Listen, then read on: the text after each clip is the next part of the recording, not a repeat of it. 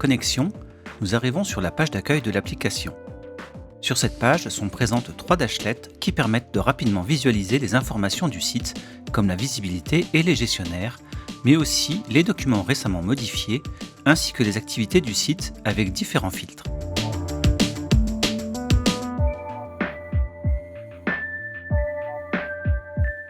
Le menu à gauche de l'écran permet de naviguer entre les pages de la solution. Le bouton en haut à gauche permet de réduire ou agrandir ce menu. Dans l'espace documentaire, nous pouvons naviguer à l'intérieur du site Alfresco afin d'avoir les fonctionnalités essentielles de la GED Alfresco. Il est possible de naviguer parmi les dossiers du site.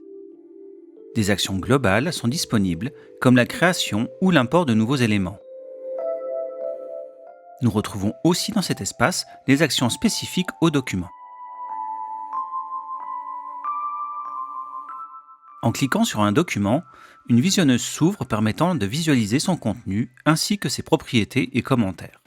Les actions spécifiques au document sont aussi disponibles depuis cette page. La visionneuse a été revue par rapport à ADW et ACA pour conserver le contexte de l'application. Un écran de recherche permet la recherche de documents ou de dossiers sur le site Alfresco branché à l'application Start. Cette page est accessible depuis le menu de navigation ou par une recherche depuis la barre de recherche en haut.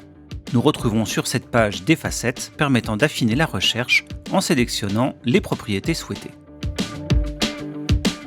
Enfin, un écran de gestion des membres permet de visualiser les membres et groupes ajoutés au site. Il est possible d'ajouter des membres ou des groupes au site en précisant leur rôle ou modifier les droits des utilisateurs déjà ajoutés. Cette action est possible seulement pour les gestionnaires de sites, comme c'est le cas sur Alfresco Share. Une recherche rapide permet de trouver rapidement un membre du site. L'ajout de membres se fait depuis une pop-up qui permet de rechercher les utilisateurs existants dans la GED.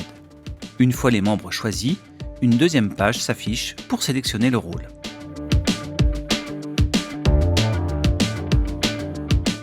L'application Start est personnalisable, comme on peut le voir sur ce site de ressources humaines. Sur cette page ont été modifiées les images de fond, comme le bandeau en haut de page, ainsi que le titre et l'icône de l'application. Les couleurs ont été changées dans le menu de navigation et pour les titres des dashlets. Il est possible de modifier des éléments des autres pages, comme les icônes de l'espace documentaire ou la couleur bouton d'action.